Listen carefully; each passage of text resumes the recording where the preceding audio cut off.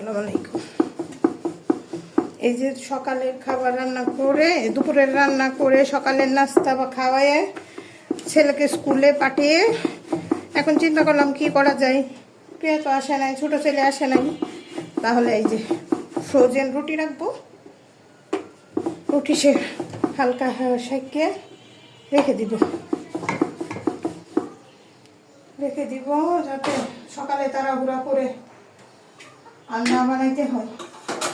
সকালে থাকবে, ফ্রোজেন বের করবো আর দিয়ে দিব, কারণ ছেলের ওগুলা সব কাজ একসাথে করতে পারবো না। সকালের নাস্তা, দুপুরের রান্না, 11টা থেকে ছোটো ছেলের স্কুল 8:30 থেকে 11টা, বড় ছেলের স্কুল 7:30 থেকে 10:30। ওকে, ভালো থাকেন, আল্লাহ হাফেজ।